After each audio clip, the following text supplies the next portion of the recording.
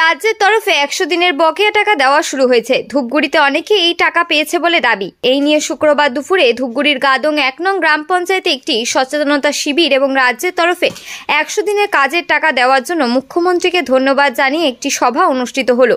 এদিনের এই সভায় উপস্থিত ছিলেন ধূপগুড়ির বিধায়ক নির্মল চন্দ্র রায়, এলাকার প্রধান ছাড়া অন্যান্য তৃণমূল নেতারা। এদিন শ্রমিকরা 100 দিনের কাজের টাকা দেওয়ার জন্য মুখ্যমন্ত্রীকে ধন্যবাদ জানায়। এদিন বিধায়ক বলেন, আমরা বারবার লড়াই করেছি, কেন্দ্রীয় সরকারকে টাকা দেওয়ার জন্য বলেছি, কিন্তু দিল্লির জমিদারদের ঘুম ভাঙেনি। এদিনের এই সভায় উপস্থিত ছিলেন 100 দিনের কাজের শ্রমিকরাও।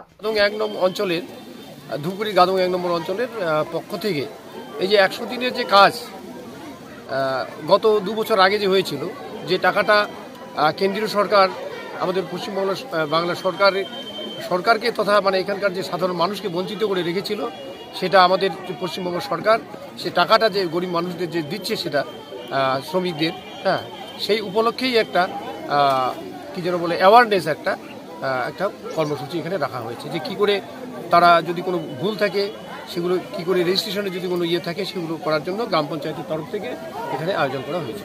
তার জন্য মানে তাদের জন্য অ্যাওয়ারনেস প্রোগ্রাম কি? না, সবারই জন্য, এটা সবারই জন্য আর কি। সেখানে পাওয়া না পাওয়া সবারই জন্য এখানে হয়েছে আর কি, কাজ করেছে আর কি, তারা অবশ্যই তারা সময় দেবে। এছাড়াও শোনা গেল আর কি কি কর্মসূচি?